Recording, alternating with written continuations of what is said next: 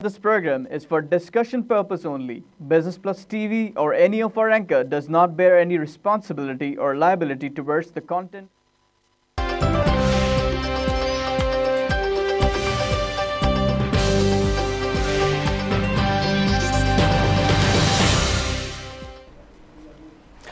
अस्सलाम वालेकुम and welcome to the programme PSX hotline और मैं हूं आपका होस्ट रुहेल इंतखाब। प्रोग्राम में हम पाकिस्तान स्टॉक एक्सचेंज के हवाले से बात करते हैं कि मार्केट की ओवरऑल क्या परफॉर्मेंस रही आज, उसके बारे में आपसे बात की जाएगी। और कल आपने देखा कि मार्केट -134 पॉइंट से की कमी का सामना में रहा। और अगर आज की बात की जाए तो आज मार्केट का आगाज़ माशाल्लाह अच्छा हुआ और प्लस में मार्केट रही, पॉजिटिव रही मार्केट आज। और अगर मैं अपने इस पर रिकॉर्ड्स पे नज़र डालूं तो मैं आपको पहले ग्राफ की सूरत हाल बता दूं। 39,000 पे क्लोजिंग हुई थी KSE 100 इंडेक्स की, और जब आज सुबह से उसका आगाज़ हुआ तो मार्केट जो है नेगेटिव पॉइंट से टूवर्ड्स मूव गई 21 से। जब वो मूव हुई तो 11 बजे के करीब हमने गालिबन देखा कि मार्केट में 179 पॉइंट्स का इजाफा देखने में आया, क्योंकि मुसलसल 2 दिनों से, अगर मैं फ्राइडे की बात करूं और मंडे की बात करूं, तो हमने मार्केट में खासी कमी देखी। उसके बाद 39,195 का हमने मार्केट ने एक रिकॉर्ड बनाया। उसके बाद मार्केट मूव होती गई और जब दिन ख़त्म होने पे आया तो दोपहर सेकंड सेशन में हमने देखा कि 165 पॉइंट्स का दोबारा इजाफा हुआ और मार्केट ने जो है 39,182 का रिकॉर्ड हमको दिया। उसके बाद जब दिन गुजरता गया और एट क्लोजिंग टाइम मार्केट की जो क्लोजिंग आई हमारे पास वो KSE 100 इंडेक्स की वो 39,147, जिसमें 130 पॉइंट्स का इजाफा देखा। कल हमने 134 पॉइंट्स की कमी देखी थी, आज थोड़ा सा बैलेंस हो गया ट्यूसडे वाले दिन। KSE 30 इंडेक्स की मैं बात करूं तो उसकी क्लोजिंग आई है 22,556 और जिसमें 47 पॉइंट्स का इजाफा देखा। ऑल शेयर इंडेक्स 26,119 पे क्लोज हुआ, उसमें 69.22 का हमने इजाफा देखा। ओवरऑल मार्केट में जो है वो पॉजिटिव पॉइंट्स के आपने देखा कि उसका इजाफा हुआ है, पॉजिटिव रही मार्केट। और अब मैं अगर वॉल्यूम मिलियन शेयर की बात करूंगा तो मैं अगर नज़र डालूं KSE 30 का तो KSE 30 55.58 मिलियन शेयर्स रहा, KSE 100 112.58 मिलियन शेयर्स रहा और ऑल शेयर्स 197 मिलियन शेयर्स रहे। ये हमने बात कर ली वॉल्यूम के मिलियन शेयर्स की। अब बात करते हैं कंपनीज़ की, किन कंपनीज़ में कितना इंक्रीज़ हुआ, कितना डिक्रीज़ हुआ और कितनी न्यूट्रल रहीं। तो ओवरऑल जो कंपनीज़ हमने ऑब्जर्व करी आज वो 336 थी, जिसमें से 152 की कंपनीज़ को हमने देखा कि वो एडवांस अपने इंक्रीज़ रहीं, उसमें बिज़नेस इंक्रीज़ पे हुआ, प्लस में गया। और अगर मैं डिक्लाइन की बात करूँ, इंक्रीज़ की बात करूँ तो 163 कंपनीज़ इंक्रीज़ रहीं, डिक्रीज़ रहीं। और there is no change in 21 companies, they are still neutral. ये तो हमने कंपनीज़ की फ्लक्चुएशंस की बात कर ली कि किस हिसाब से कंपनीज़ का बिजनेस रहा। अब मैं बात करता हूं उन कंपनीज़ का जो टॉप वॉल्यूम लीडर रहीं आज के हिसाब से। सबसे पहले बात होगी Pakistan international bulk terminal limited. आज बड़े 2 हफ्तों बाद ये दोबारा जो है सर फहरिस्त रहा। 22.56 मिलियन शेयर्स इसका आज रिकॉर्ड आया है। देवान सीमेंट 16.36 रहा। पाकिस्तान इलेक्ट्रॉन 12.45 मिलियन शेयर्स रहा। एग्रीटेक लिमिटेड 9.99 मिलियन शेयर्स रहा। सुई नॉर्दर्न गैस 9.19 मिलियन शेयर्स रहा। टॉप वॉल्यूम लीडर्स रहे या ये आज की कंपनीज रहीं। अब बात करते हैं उन कंपनीज़ का जिनका शेयर प्राइस पॉजिटिव रहा, इट्स मीन टॉप गेनर रहा। तो Philip Morris Pakistan 65.56, Philip Morris almost जो है वो अब तक टॉप 5 रह रहा है। कभी 2 दिन में जो है वो नीचे चला जाता है, लेकिन ऑलमोस्ट जो हमने इस पर अगर फिलिप मॉरिस की बात करें तो ये टॉप 5 गेनर्स में है। दिस सीरियल्स कंपनी लिमिटेड 27.24 रही। एबॉट लेबॉर्ट्री है 16.89 रही, इसके कंपनी के प्राइस शेयर्स में इतना इजाफा हुआ। सैनोफी एवेंटिस 14.89 रही और शेल पाकिस्तान 9.75, इसकी कंपनी के इतने शेयर्स में इतने रुपए का इजाफा हुआ। ये हमने उन कंपनीज़ के शेयर प्राइस की बात कर ली जो आज प्लस में रहीं। अब उन कंपनीज़ की बात करते हैं जो टॉप लूजर्स रहीं। टॉप लूजर्स में बनेरो टेक्सटाइल मिल्स आई है 35.70 रुपीज़ का हमने इसका शेयर देखा, खसारे में रहा। Siemens Pakistan 31.50, Safir fibre 28.50, Shezan international 13.00 almost 13 rupees, Honda Atlas car 5.60। ये वो कंपनीज हो गई जो आज लॉस में रहीं ओवरऑल। और मैं अगर टॉप लूजर्स की बात करूं तो कुछ नई कंपनीज के नाम आज हमें देखे कि जो आज अपने इसमें टॉप लूजर्स में आए। वो पहले लूजर्स में थे ही, लेकिन आज टॉप 5 लूजर्स में भी वो काउंट होना शुरू हो गए हैं। और इन कंपनीज पे अगर मैं नज़र डालूं तो सीमेंस पाकिस्तान का लास्ट वीक का अगर मैं एनालिस्ट देखूं तो वो टॉप गेनर्स में भी रहा है, लेकिन ऑलमोस्ट 31.50 रुपीज़ शेयर का इसको नुकसान उठाना पड़ा। Anyway let's move further. ये तो हमने सारी बात कर ली आज के फैक्ट्स एंड फिगर्स की, आज मार्केट की क्या ओवरऑल परफॉर्मेंस रही, इवोल्यूशन हुई मार्केट की। तो ऑलमोस्ट कल की अगर बात की जाए तो कल से ट्यूसडे, आज मुझे खुशी है ऑलमोस्ट के ट्यूसडे के दिन जो है मार्केट में कोई खसारा नहीं हुआ और मार्केट 39 प्लस में अभी स्टेटस मार्केट का 39,000 प्लस में है। और प्रॉब्लली हम होप भी कर रहे हैं कि उम्मीद भी कर रहे हैं कि 40 क्रॉस करे मार्केट, तो वो दिन भी बहुत अच्छा होगा पाकिस्तान स्टॉक एक्सचेंज के हवाले से। और बड़ी खबरें आज पाकिस्तान स्टॉक एक्सचेंज के हवाले से वो भी आपसे शेयर करूंगा। तो आपको प्रोग्राम में जो डिस्कशन आज रहेगी, जो मैंने आज सारा वर्कआउट रिसर्च का किया है, तो मैं आपको बताऊं कि groundbreaking of Gwadar airport expressway in current year, इस पर डिस्कशन करनी है मुझे। Improve securities environment race comfort level of foreigners, इस पर बात करूँगा। और आपको ये भी बताऊँ कि एक इंडिया से भी खबर है, याहू, एवरीवन नोज़ कि याहू कंपनी जो सील है, उन्होंने अपने सेल किए हैं $48 barrel deal with a version telecommunication company जो है इंडिया की, उस पर एक इंटरनेशनल जो है वो उन्होंने इसको सेल की है। इट्स कोर एसेट क्या है, इस पर भी डिस्कशन थोड़ी सी करेंगे ताकि पड़ोसी ममालिक उनकी भी इंटरनेशनल खबर के हवाले से आपसे बात शेयर की जा सके। और change in tax law united consecution for property market, property market के हवाले से मैंने जो अपने पिछले प्रोग्राम है उसमें भी आपसे बात की थी कि होल्डिंग टैक्स और प्रॉपर्टी टैक्स का क्या इम्पैक्ट हो सकता है पाकिस्तान स्टॉक एक्सचेंज पे, तो इस पे भी आज थोड़ी सी बात की जाएगी। टैक्स के हवाले से मैं आज प्रोग्राम में बात करूंगा। इंपोर्ट एक्सपोर्ट के हवाले से प्रोग्राम में बात होगी कि इंपोर्ट कितनी ज़्यादा मौसर हो सकती है आने वाले दिनों के लिए पाकिस्तान में, एक्सपोर्ट पे भी बात की जाएगी। और इन्फ्लेशन पे बात होगी, इन्फ्लेशन रेट पाकिस्तान का कहाँ जा रहा है, अभी हम कहाँ खड़े हैं और बेहतर कैसे हो सकता है, इन्फ्लेशन रेट में डिक्रीज़ कैसे आएगा, वो तो इंक्रीज़ हो जा रहा है। और ग्रोथ पे बात होगी, जीडीपी की ग्रोथ के हवाले से। इकोनॉमिकल चीज़ें आज थोड़ी सी आपसे डिस्कस करूँगा, शेयर करूँगा। और आप लोग के फीडबैक भी बड़े अच्छे अच्छे आ रहे हैं, तो कोशिश ये है कि आप लोग मज़ीद फीडबैक दें। कोई क्यूरी है, कोई क्वेश्चन है, आप हमें जो है फ़ौरन ईमेल कीजिए और आप हमसे पूछ भी सकते हैं। एक ब्रेक के बाद प्रोग्राम में डिस्कशन का सिलसिला जारी रहेगा। Don't go anywhere, we will be right back, stay with अस।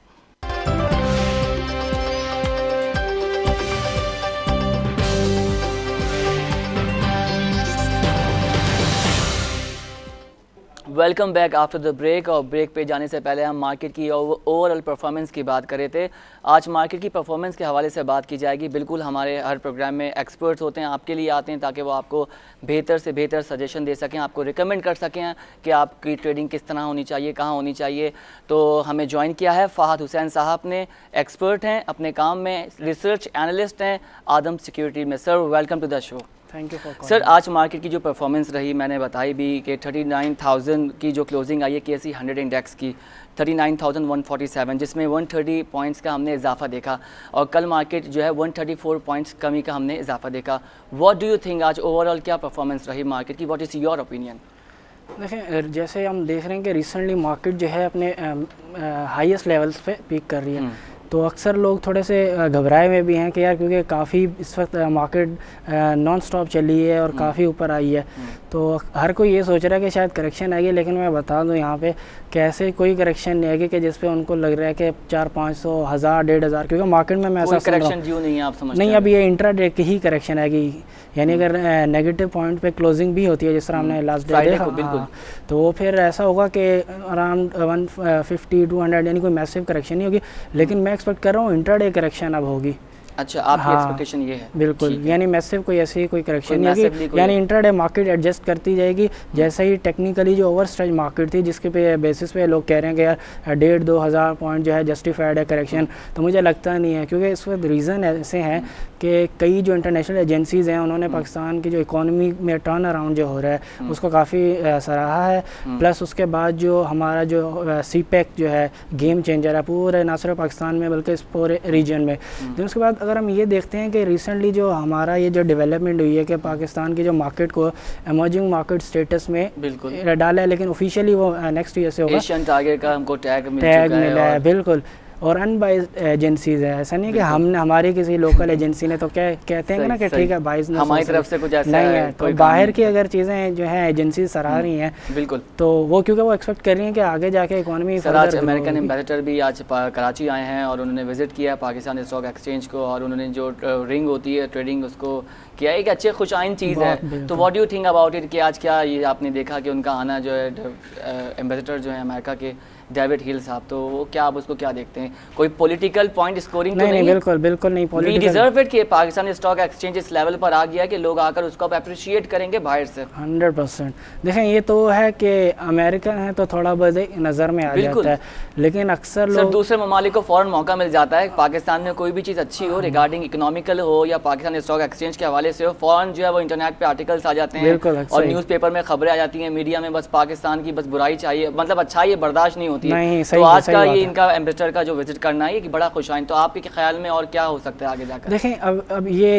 एक बिल्कुल सही कहा कि एक पॉजिटिव साइन है, लेकिन इसके अलावा क्योंकि मैं जो काफ़ी मैंने टाइम स्टॉक एक्सचेंज के जो मेन जो है वहाँ पे गुजारा है रिसेंटली खासकर, तब मैंने वहाँ पे फॉरेनर्स का आना जाना देखा है खुद, तो तब से मुझे ऐसा लगा कि यार हिलजुल हुई है। तो इसका मतलब है कि लोग एक्सपेक्ट कर रहे हैं कि गोइंग फॉरवर्ड हमारी ना सिर्फ इकोनॉमी क्योंकि बेहतर है तो मैक्रो लेवल पे अगर चीज़ें बेहतर हो रही है तो एक इम्पैक्ट आएगा माइक्रो लेवल पे भी, जिनमें कंपनीज हैं, अनएम्प्लॉयमेंट है, यानी overall. Do you think micro macro में डिफरेंशिएट मतलब अभी है, हम मैक्रो के हिसाब से मैक्रो इकोनॉमिकल हिसाब से हम बेहतर हैं, बट चीज़ें अभी भी सर्टन रहती हैं माइक्रो के हिसाब से? बिल्कुल, हाँ बिल्कुल सही बात है, काफ़ी चीज़ें हमें अनएम्प्लॉयमेंट को फर्दर जो है रिड्यूस करना है, जिसका मेजर रीज़न कोई ऐसा नहीं है कि हमारे इसमें अपॉर्चुनिटीज़ जो है एम्प्लॉयमेंट उनको पैदा नहीं किया जाता, बहुत पोटेंशियल है, लेकिन अक्सर चीज़ें ये देखें कई चीज़ सेक्टर्स ऐसे हैं एनर्जी ड्रिवन है, तो वो फिर अब टेक्सटाइल सेक्टर का आपके आप सामने हाल है, GSP प्लस स्टेटस मिलने के बाद भी सेल्स बढ़ना तो दूर उल्टा कम होना शुरू हुई है। कई कंपनीज जो है पोर्टफोलियो -35 में रही, मतलब टॉप लिस्ट में रही लूजर्स के। तो यही है, अक्सर जब पूछते हैं मैं बोलता हूँ कि यार इस वक्त तकरीबन मेजॉरिटी सेक्टर परफॉर्म कर रहे हैं, आप टेक्सटाइल में तो घुसने की ज़रूरत नहीं है, यानी रिस्क रिवॉर्ड रेशो बेहतर नहीं है क्योंकि ओवरऑल फंडामेंटल्स नहीं अच्छे। आपका कई कंपनीज ऐसी हैं जिनका ये होता है कि यार हमारे पास ऑर्डर्स होते हैं लेकिन क्योंकि हमारे पास इलेक्ट्रिसिटी का इशू है, गैस का नहीं है, इलेक्ट्रिसिटी पे अगर जाते हैं तो उनका जो प्रोडक्ट की कॉस्ट है वो बढ़ जाती है। सर इलेक्ट्रिसिटी तो मतलब हर सेक्टर में अफेक्ट कर रहा है ना, सिर्फ मतलब टेक्सटाइल में नहीं, वो हर सेक्टर में, हर कंपनीज में, हर जगह इलेक्ट्रिसिटी के मसले हैं, लेकिन ऑल्टरनेट लोगों ने तलाश किया हुआ है, जो है उसका कुछ ना कुछ मुताबादिल निकाला हुआ है। तो ये मैं समझता हूँ बेसिक इशू सिर्फ ये इसका टेक्सटाइल इंडस्ट्री के साथ नहीं है, सबको एनर्जी क्राइसिस ओवरऑल पूरा पाकिस्तान फेस कर रहा है। नहीं, तो बिल्कुल कंज्यूमर जिस तरह अगर हम कहें कि जो होम यूजर्स हैं हमारे लिए तो ठीक है कोई नहीं, लेकिन जिस तरह आप कह रहे हैं ना कि कई कंपनीज ने अल्टरनेट यूज़ किया, ठीक है, लेकिन वो कंपनीज फिर बहुत बड़ी ही जॉइंट वगैरह हैं और उनका ऐसा यूज़ इतना नहीं है, उसके साथ उनके साथ अल्टरनेट एनर्जीज़ हैं, किसी ने WHR प्लांट लगाया हुआ है, खासकर सीमेंट में है, कई कंपनीज ने अपने बाकायदा जो है कैप्टिव प्लांट्स हैं उनके, तो कई के गैस पे है, कई के इलेक्ट्रिसिटी पे है, लेकिन इनका फिर ये इशू होता है क्योंकि इनकी जो आप कह सकते हैं कि जो फैक्ट्री है वो रन करती रहती है। यानी सजेशन क्या देंगे आप टेक्सटाइल इंडस्ट्रीज वालों को कि उनके जो शेयर प्राइस है जहाँ पर लैकिंग आ रही है, जहाँ पर मसला आ रहा है, उस पर वो काम कर सकें ताकि जिसकी कंपनी का जो आज शेयर प्राइस नीचे आया है, डेफिनेटली मार्केटिंग में उसकी कुछ डिवैल्यूशंस हो रही होगी, उसको डिवैल्यूट हो रहा होगा और डिफरेंट फैक्टर्स हैं, कोई एक फैक्टर या कोई एक कॉस्ट की वजह से चीज़ें एकदम से अफेक्टेड नहीं होती। तो क्या आपके राय में इसमें इलेक्ट्रिसिटी इसलिए आज से मैं कह रहा हूँ कि कॉस्ट की वजह से नहीं, क्योंकि अगर वो खुद अपने कैप्टिव प्लांट्स, क्योंकि ये कई CEO का मैंने इस हिसाब से पढ़ा था या न्यूज़ में इंटरव्यू, बड़ी कंपनी के CEO हैं, तो उनको यही कहा गया कि यार आप फिर अल्टरनेट एनर्जी ने अपने कैप्टिव प्लांट्स क्यों नहीं यूज़ करते, तो इन्होंने बताया कि हमारी ऑलरेडी एक मार्केट में पोजीशन बेहतर नहीं है और हमारे जो कंपेटिटर्स हैं यानी बांग्लादेश या इंडिया, इनके जो प्रोडक्ट हैं वो रिलेटिवली हमारे से लो हैं। यानी अगर आप इसको, ऐसा नहीं है कि हमारी पास क्वालिटी अच्छी नहीं है, बेहतरीन क्वालिटी प्रोडक्ट्स हैं, लेकिन मसला फिर ये आ जाता है कि अगर ये कैप्टिव प्लांट्स यूज़ करते हैं या इलेक्ट्रिसिटी वगैरह तो वो उनकी कॉस्ट जो है, कॉस्ट ऑफ प्रोडक्शन ज़्यादा हो जाती है, और ये अगर पास ऑन करते हैं इंटरनेशनल क्लाइंट्स को तो फिर जो आप ऑलरेडी जो है उनसे प्रीमियम चार्ज कर रहे हैं दूसरे कंट्रीज़ के हिसाब से, तो फिर आपकी वैसे ही वर्थ कम हो जाएगी। मुझे नहीं लगता अगर किसी ऐसी कॉस्ट ऑफ प्रोडक्शन की बात की है फहद साहब ने कि कॉस्ट ऑफ प्रोडक्शन के हिसाब से आप इस चीज़ को देखें, मॉनिटर करें। अच्छा सर ये बताएं कि आज का जो वॉल्यूम रहा, वॉल्यूम मिलियन शेयर 55.58 KSE 30 का रहा, KSE 100 का 112.58 और ऑल शेयर 197 रहा। What do you think about it, आज का ये वॉल्यूम कैसा रहा? इसमें कौन कौन सी वजूहत है जिसकी वजह से वॉल्यूम जनरेट? देखें, अगर लास्ट कुछ डेज़ को अगर हम देखते हैं ना, तो तकरीबन ऐसा ही है इसको, यानी कोई ज़्यादा डाउन भी नहीं है और इतना ज़्यादा नहीं है। यानी मैं समझता हूँ कि कुछ दिनों को अगर हटा के मैंने इसका 100 इंडेक्स की अगर मैं बात करूँ तो 100 और 150 मिलियन, इससे ज़्यादा मैंने नहीं। ऑल शेयर से 197 है, 197 है। तो ये है, लेकिन ये होता है कि कुछ ऐसी बहुत अच्छी न्यूज़ आ जाए। असल में अब एक और चीज़ भी हमें देखनी पड़ेगी कि इस वक्त ज़्यादा जो काम हो रहा है ब्लू चिप स्टॉक्स पे हो रहा है। अगर हम देखें ब्लू चिप स्टॉक, हाँ बिल्कुल, आप देखें रिफाइनरीज के रेट कहाँ से कहाँ पहुँच गए हैं, सीमेंटें हैं और उसके अलावा फार्मा बहुत पैसा लगा हुआ है और एक्सपेक्ट किया जा रहा है अभी और उस पर जो है बिजनेस बाकी है, तो सीमेंट सेक्टर का तो शेयर आपको पता है कहाँ जा रहा है फ़िलहाल। लेकिन अगर इस वक्त करंट वैल्यूएशंस पे अगर मैं देखता हूँ ना, तो सीमेंट इस वक्त काफ़ी रैली बना चुका है, क्योंकि मेरे सामने कई कंपनीज जो हैं डबल ट्रिपल रिटर्न दे चुकी हैं, कई कंपनीज। बिल्कुल सर, लेकिन कितने प्रोजेक्ट्स अंडर कंस्ट्रक्शन हैं? हाँ, ये चीज़ है बिल्कुल। और जिस हिसाब से प्रॉपर्टी की जो वैल्यू इंक्रीज हुई है और वो एक्शन का रिएक्शन कहते हैं या वाइस वर्सा, एक रिलेशनशिप जनरेट हो रहा है राइट एंड लेफ्ट साइड पे, इक्वलिटी आ रही है, वहाँ से जो है वो प्रॉपर्टी की जो है कीमतें बढ़ रही हैं। उसमें भी जो है अभी भी ये जो प्रॉपर्टी टैक्स नाफिज किया है, ये भी इसलिए किया कि एकदम से डिमांड आ गई है, डिमांड सप्लाई की वही बात आ जाती है। तो गवर्नमेंट को एक थोड़ा मौका मिल गया, तो इतना ज़्यादा सीमेंट अब तो कम पड़ रहा है सर। ये जो मैं तो बात भी करता हूँ लोगों से, जो डेवलपर्स हैं, जो कंस्ट्रक्शन के लोग हैं, वो कहते हैं आप यकीन ऑर्डर दिया हुआ होता है तो वो लेट ही हो रहा है सीमेंट का। बिल्कुल, तो इसी वजह से फ्यूचर की बढ़ती हुई डिमांड को देखते हुए कई कंपनीज ने जो है ऑलरेडी ग्रोथ प्रोजेक्ट्स अनाउंस किए हैं, और ये तकरीबन हम नेक्स्ट फिस्कल ईयर जो अब स्टार्ट होगा इसमें हाफ में हम देखना शुरू हो जाएंगे कि एक आध कंपनी के वो प्रोजेक्ट जो है मटीरियलाइज हो जाएंगे। और दूसरा इनको बेनिफिट ये है कि इनका मेजर जो कॉस्ट जो होती है इनकी रॉ मटेरियल में वो कोल है, तो वो भी ओवरऑल कमोडिटीज़ आप देखें नीचे है बहुत ज़्यादा, और कोल ऑयल क्योंकि अब फर्दर नीचे जा रहा है, और तो ये भी ट्रेस करेगा कोल भी इसको, क्योंकि बीच में थोड़ा सा भी कोल जो है बढ़ा है। लेकिन मैं समझता हूँ कि कोल इतना ज़्यादा उसमें जो है अपसाइड नहीं नज़र आता मुझे। अगर इंटरनेशनली देखें इकोनॉमी स्लो डाउन है, चाइना का फोकस जो है कोल से हटके दूसरे एनर्जी सोर्सेज पे, क्योंकि वो उनका फिर एनवायरनमेंट का इशू और ये वो, क्योंकि डेवलप कंट्रीज़ फिर वो हर चीज़ उस पर चेक रखते हैं। फ़िलहाल हम तो अफोर्ड कर सकते हैं इस पर, क्योंकि हमें थोड़ा एक क्या कह सकते हैं कि कम कॉस्ट पे इलेक्ट्रिसिटी जनरेट करें, तो फिलहाल हम कम से कम पॉल्यूशन को नहीं देखेंगे। फिलहाल एनर्जी जो डिमांड बढ़ रही है और जो गैप है सप्लाई और डिमांड में एनर्जी में, तो उसको फिलहाल मीट करना पहला टारगेट है गवर्नमेंट का। तो इसलिए हमने धड़ाधड़ जो है ना कोल के प्रोजेक्ट्स लगाए हुए हैं। तो फिलहाल है बेनिफिट तो है, लेकिन जो मेजर जो कंजम्पशन है जिन कंट्रीज़ की, वहाँ पर डिमांड नहीं है। तो इस लिहाज से मैं नहीं इसमें कोई बहुत ज़्यादा इंक्रीज़ देखता हूँ कोल प्राइस में। तो मार्जिन इनके इंटैक्ट रहेंगे जो ऑलरेडी पीक पे है। कई कंपनीज़ के ग्रॉस मार्जिन जो है 40+ में है इस वक्त। अच्छा, और रफली अगर मैं देखता हूँ ओवरऑल आपको इतना कोई वर्क नजर नहीं आ रहा, मतलब इतना हेल्दी नहीं देख रहे कोल सेक्टर? वो इस वजह से because of the reason you have described right now. हाँ बिल्कुल, एक और चीज़ ये देखें इसमें एकदम से एक और बुलिश हमें चीज़ यहाँ पे यह है कि अब कंसोलिडेट कर रहे हैं ना रेट्स को, लेकिन अभी ये थोड़े से जो आया है वो रिजल्ट्स की एंटिसिपेशन में, क्योंकि एक बेहतरीन रिजल्ट है। कितनी कंपनीज के रिजल्ट जारी भी होना बाकी हैं सीमेंट में मेरे ख्याल में कोई major June July almost end पर है, लेकिन अब तक पब्लिश नहीं हुए रिजल्ट्स। नहीं, हाँ ये थोड़ा है डिले, क्योंकि अच्छी कंपनीज जो है ना वो जिनकी अर्निंग भी अच्छी होती है वो खुद मॉनिटरिंग और एनालिसिस कर रहे हैं कि किस तरह उसको थोड़ा सा डिले करते हैं, कुछ होगा इनका बेनिफिट वगैरह। तो जब जिनको पता है एक लॉस ही है तो आप दें या कल दें, बात तो एक ही है। करना तो है सर, 6 मंथ गुजरने के बाद आपको इम्प्लीमेंट तो करना है। लेकिन देखें मैं जो इस पे कह रहा था कि फ़िलहाल चीज़ें जो है ना, जो रीजंस थे कि ग्रोस मार्जिन बढ़े, किसी हद तक मैं इस वजह से कहता हूँ कि उसका प्राइस इन हो चुका है, उसमें चेंज एक ही सूरत में आ सकता है। क्योंकि देखें कब तक सीमेंट ग्रोथ हम प्राइवेट सेक्टर की इस पे कंजम्पशन पे करेंगे,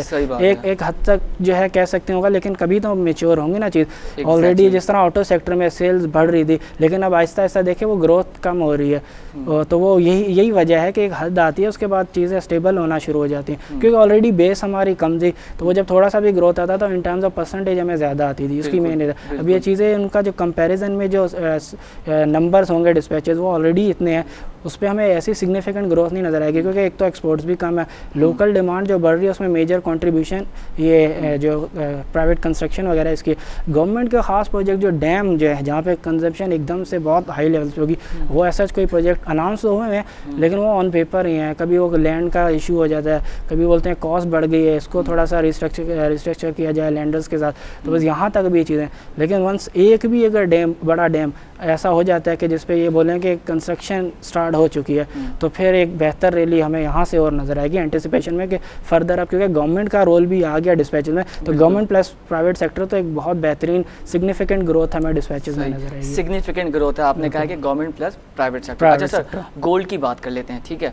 gold price remain depress, what do you think about it? मतलब गोल्ड पे अभी क्या मामला चल रहा है? इंटरनेशनली भी मैंने चीज़ें पढ़ी हैं और देखी हैं कि गोल्ड प्राइस की डिमांड भी आ रही है लेकिन स्टिल जो है वो लैक है, डिप्रेस है। What do you think about it? देखिए गोल्ड को अगर हम देखें अपने मैक्सिमम के बाद ये तकरीबन जहाँ तक मुझे याद पड़ता है इन टर्म्स ऑफ डॉलर जो है इंटरनेशनल मार्केट जो ट्रैक करती है उसको अराउंड 189 का कोई बॉटम मारा था, और वहाँ से मुझे ऐसा लगा कि यहाँ से रीबाउंड होता है, क्योंकि उस वक्त ये कई जो बड़ी इकोनॉमीज़ हैं उनकी चीज़ें बाहर आना शुरू हुई कि इसका डेट इतना ज़्यादा हो गया है, डेट ट्रेप हो चुका है, ग्रोथ जो है वो नीचे आ सकती है। अमेरिका के भी बड़े इशूज़ हैं, चाइना के अब देखें आपके सामने फैक्ट्री नंबर्स अच्छे नहीं आते, इन्फ्लेशन का इशू है, जापान का तो वो हमेशा से रहे, वो जितनी कोशिश करते हैं वो नहीं होता। अब थक हार के उन्होंने जो है मॉनिटरी ईजिंग का थोड़ा बोला कितना ईजिंग करें, अब हेलीकॉप्टर मनी वाला ही रहता है वरना और तो कुछ नहीं। कई कंट्रीज यूरोपियन में देखें नेगेटिव इंटरेस्ट रेट है, जर्मनी ने बाकायदा अभी जो रिसेंटली कोई बॉन्ड ऑक्शन को जिस तरह हुआ था उसमें नेगेटिव तक चले गए थे, यानी फर्स्ट टाइम ये मैं पढ़ रहा था ब्लूमबर्ग पे, first time in history Germany ने ये किया। तो इस पर आप देखें ना इंटरनेशनल मार्केट्स कहाँ जा रही हैं। फिर ये ब्रिटेन का जो एग्जिट हुआ है तो ये एक रिस्क फैक्टर बढ़ रहा है, और जब भी एक इकोनॉमीज़ में और मार्केट्स में रिस्क फैक्टर आएगा तो गोल्ड ऊपर जाएगा। ये यहाँ पे इसको मैं नीचे नहीं देखता, बियरिश नहीं देखता। सर इंटरनेशनली बहुत डिस्कस किया जा रहा है, आर्टिकल पोस्ट किए जा रहे हैं अबाउट गोल्ड, तो वो लोग ये प्लान आउट कर रहे हैं फॉल में, वो सितंबर अक्टूबर में वो देख रहे हैं इस साल के कि गोल्ड के प्राइस को सडनली वो ऊपर जाते हैं। हाँ बिल्कुल बिल्कुल सितंबर अक्टूबर का डिस्कशन चल रहा है कि अभी तो उसको इतना डिप्रेस किया हुआ है, एकदम से अब हमें न्यूज़ मिलेगी या हम खुद मार्केट को ऑब्जर्व कर लेंगे कि गोल्ड जो है वो उसके प्राइस इंक्रीज होंगे। अच्छा सर मुझे एक बात बताइए, इंटरेस्ट रेट की आपने बात करी, स्टेट बैंक ने अनाउंस की थी न्यू मॉनेटरी पॉलिसी लो इंटरेस्ट रेट पर further by 25 point. The they reduced interest rate by 0.25% and brought it down by 5.75%. 21 मई को उन्होंने ये पोस्ट किया है, इस पे आप क्या तबसरा करेंगे?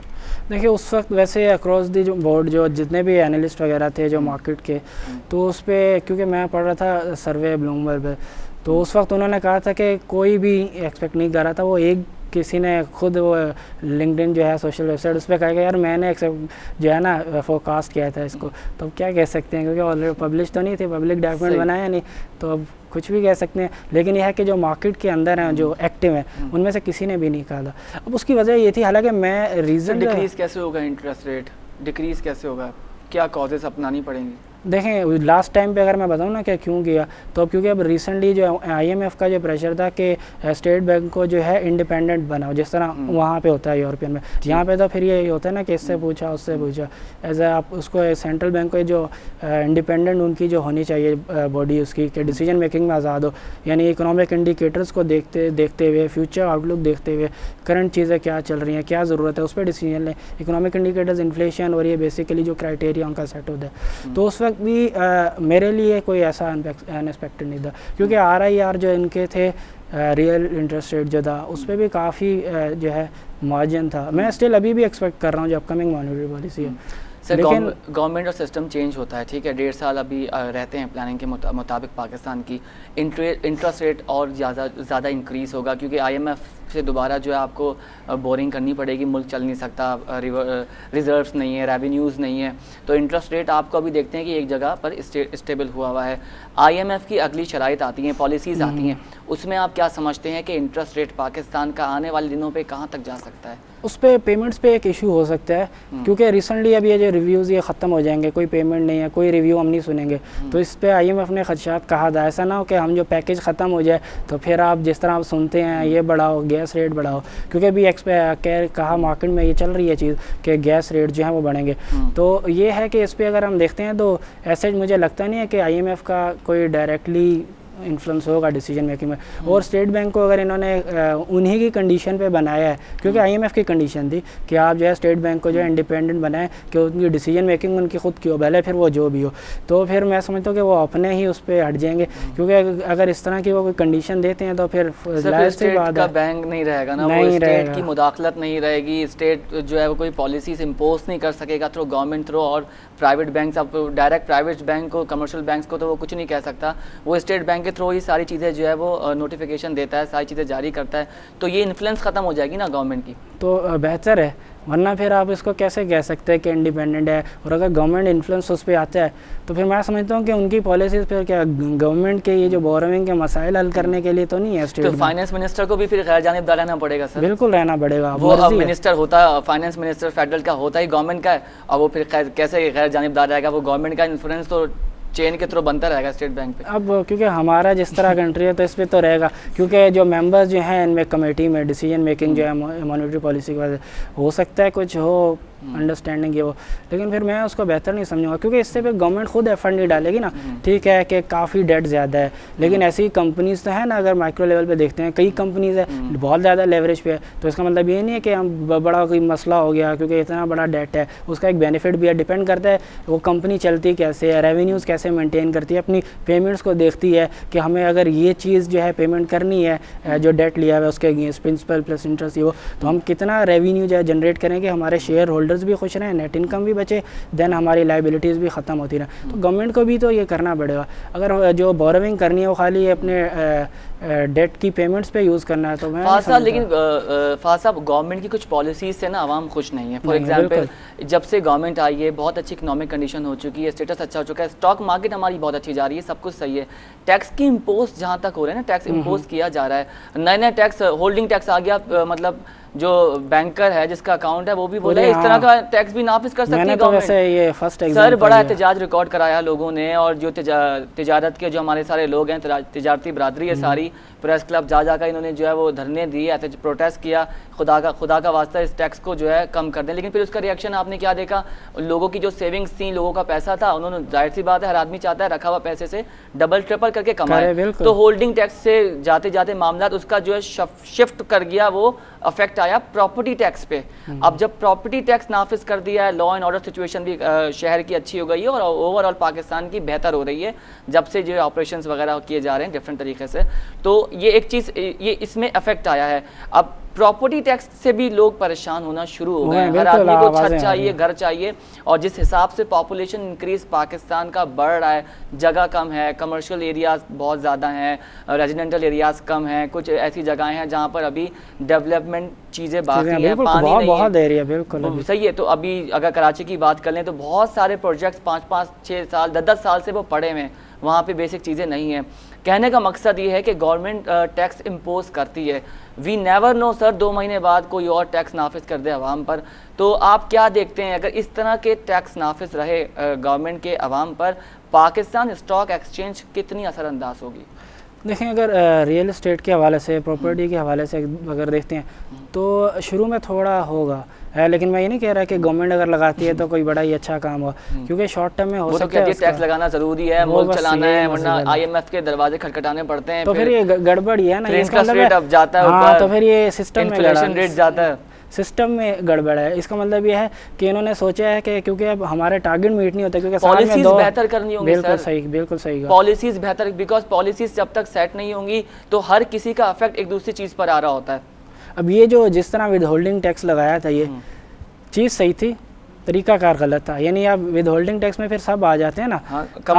इनका क्या था कि हमें नेट बेस बढ़ाएंगे, कोई जो है ताजर जो है वो बोलेंगे यार ये क्या मसला है, रजिस्टर ही हो जाओ तो जान छूट जाएगी इससे, लेकिन नहीं होगा, ऐसा नहीं होगा। इनको कुछ हुआ पैसा था उन्होंने जो है प्रॉपर्टी में लगा दिया, और प्रॉपर्टी की एकदम से शूट है, ये बड़ा फैक्ट है, बड़ा ही जबरदस्त सा ग्राफ प्रॉपर्टी का। ऐसी कोई डिमांड नहीं थी इतनी ज़्यादा कि विद इन ईयर आप डबल ट्रिपल उसकी प्राइसेस देंगे, क्योंकि वो इसको फिर ऐसा उन्होंने ट्रेडिंग लिया। अभी ऐसा नहीं है कि कोई रिहाइश है जो मैं जो देखता हूँ मेजोरिटी उसमें लेके बेचा इट्स ट्रेडिंग।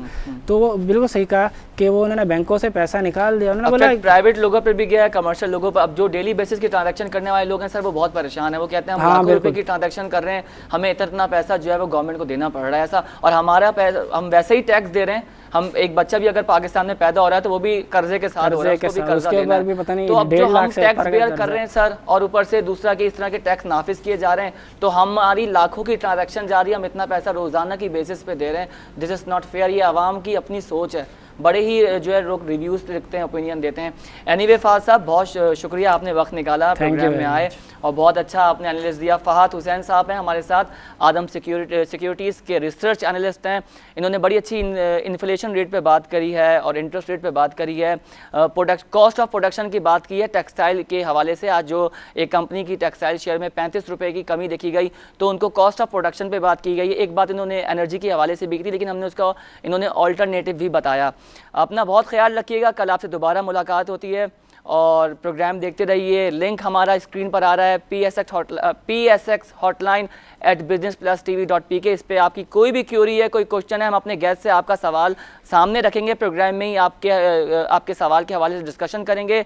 कल आप दोबारा हाजिर होंगे इसी वक्त PSX हॉटलाइन के साथ। मुझे इजाज़त दीजिए, अल्लाह हाफ़िज़।